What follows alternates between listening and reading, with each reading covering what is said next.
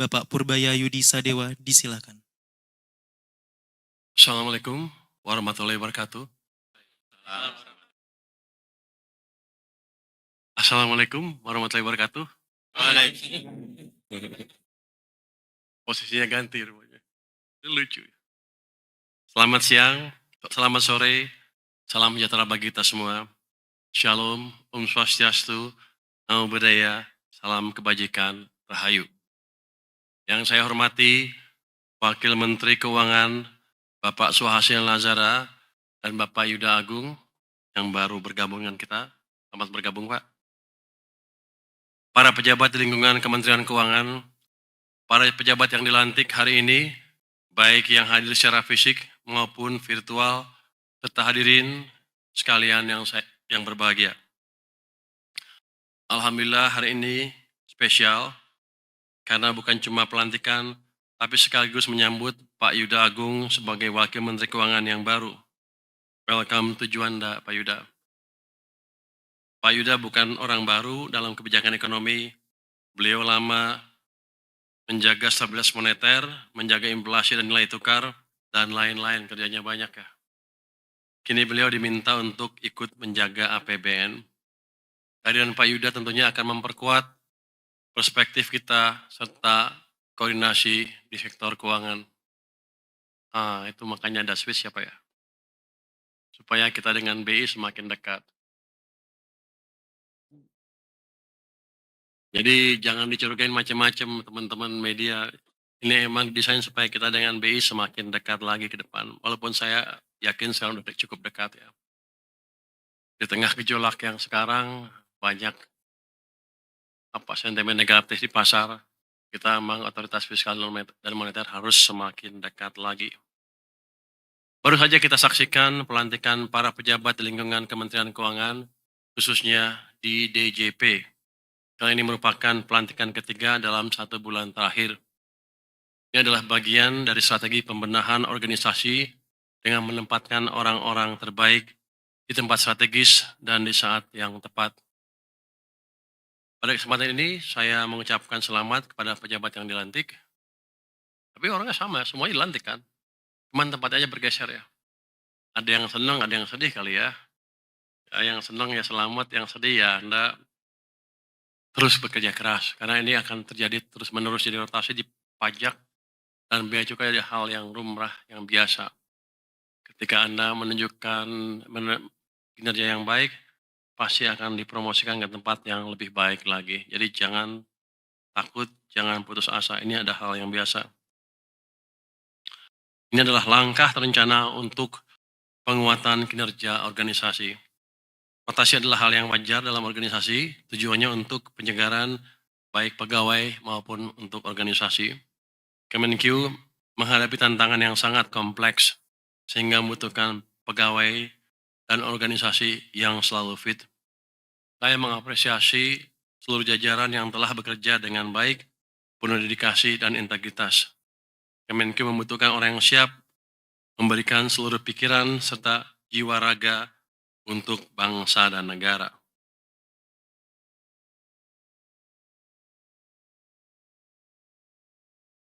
Ini gampangannya itu kan ya, omong-omong muluk-muluk. Tapi kita lihat kan beberapa hari terakhir ini ada penggeledahan ke pajak, bea cukai oleh KPK. Artinya ada sementara pegawai-pegawai kita yang belum menjalankan kerjaannya dengan lurus, kan baik dengan lurus ya. Artinya masih ada, ya kayaknya ada terima uang tuh, ada yang terima, ada safe house katanya, ada uang sekian, ada emas 3 kilo dan lain-lain. Artinya kita masih belum bersih. Ke depan saya harapkan dengan adanya rotasi ini semua teman-teman memperbaiki image bea cukai maupun pajak. Yang pajak kan kenal lebih banyak kan kali ini kan dibanding pajak bea cukai. Pajak di Kalimantan, bea cukai di sini. Ini terjadi berkali-kali dan sepertinya kalau kita nggak hati-hati akan terjadi terus. Kalau di masa lalu kan pimpinannya nggak kena kan. Ini kita tunggu yang Kalimantan sampai mana prosesnya. Kalau sampai tersangka betul sampai level 1 di bawah pimpinannya, kita akan ganti terus sampai ke atas. Saya harap nih teman-teman yang baru lantik mengawasi betul kinerja anak buahnya. Nggak bisa lagi kita bilang, "Oh, saya nggak tahu, itu di bawah saya terlalu jauh." Anda harus mengawasi itu. Karena pada akhirnya kalau begini terus ya dirjen-dirjen dan saya juga kena, nggak bisa lari. Tapi sekarang kita coba perbaiki secepatnya. Saya harapkan setahun Desember sampai Desember udah ada perbaikan yang amat signifikan. Kita akan terapkan teknologi juga untuk membantu kerja-kerja bapak-bapak, ibu-ibu, sehingga kontak dengan eh, wajib pajak atau yang diawasi oleh bea cukai menjadi semakin sedikit. Kita udah terapkan AI, orang kita pinter-pinter bisa buat AI dengan relatif cukup cepat.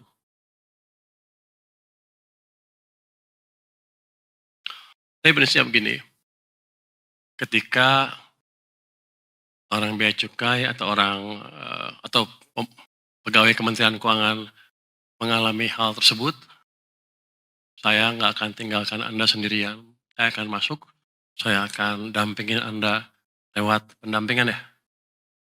Tapi kami tidak bisa intervensi masalah hukumnya. Jadi kalau bapak-bapak mengerjakan hal-hal sesuai aturan, bapak-bapak, ibu-ibu nggak usah takut. Kita akan jaga betul. Nggak akan ada pegawai pajak atau bea cukai yang di-abuse, kecuali memang melakukan kesalahan. Saya sih berharapnya tadi akan cepat sekali atau perbaikan yang cepat dan pegawai-pegawai pajak atau bea cukai meng-align kalau bahasa Indonesia menyearahkan posisinya dengan kebijakan saya dan manajemen baru di atas ya. Eselon 1 di atas yang baru, yang sudah bukan baru, yang sudah merubah arah kebijakannya ke arah yang baik. Kemarin kan saya kita gerebek di mana di Tangerang. Itu satu perusahaan Cina, salah satu dari sekian puluh yang beredar di sini yang nggak bayar pajak dengan baik. Fakta bahwa mereka bisa melakukan itu sekian tahun, sekian puluh tahun bahkan, beberapa puluh tahun udah di sini. Itu menunjukkan bahwa orang di bawah kita, di bagian eksekutornya, ada yang ikut terlibat. Gampang itu sebetulnya. Nanti ke depan, kalau ada tempat yang seperti itu lagi, pejabat di atasnya sampai ke Kanwil akan saya minta pertanggungjawabannya. Tapi saya yakin dengan bapak-bapak ibu ini orang-orang terpilih semua kan. Saya udah lihat track recordnya, ujiannya segala macam.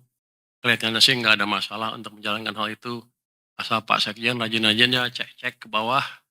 Pak Dirjen juga rajin-rajin. Oh, boleh dipanggil begitu ya? Pak Sekjen? Oh, udah. Pak Dirjen? Pajak? Oh, gitu ya. Lucu juga ya. Lucu juga. Hah?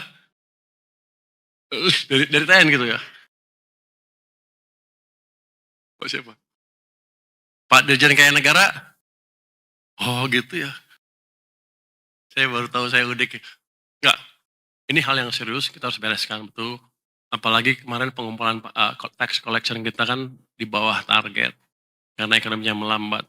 Tapi saya harapkan dengan membaiknya ekonomi dan ke depan akan lebih baik lagi, kita bisa mengumpulkan pendapatan dari tax maupun biaya cukai yang lebih tinggi lagi.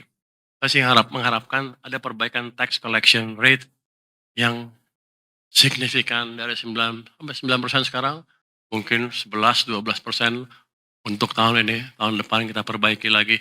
Jadi ini misi kita, misi yang berat untuk pajak.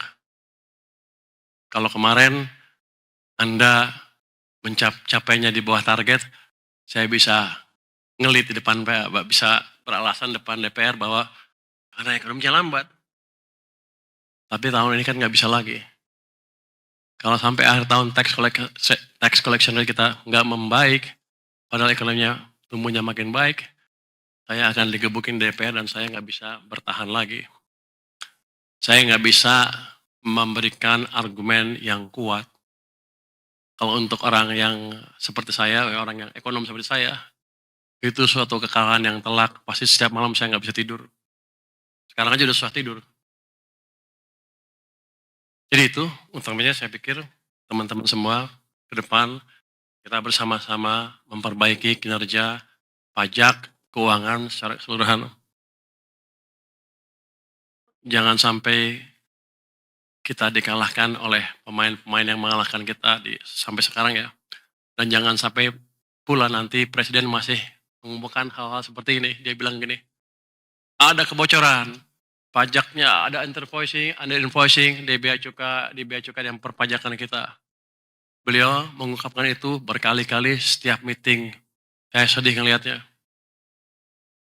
Padahal kita jadi upaya kita harus sungguh-sungguh, bapak-bapak, ibu-ibu, jangan main-main di pusat dan daerah, pimpinan turun ke bawah, lihat kinerja anak buahnya. Pokoknya akhir tahun saya nggak mau dengar kalimat itu lagi dari presiden.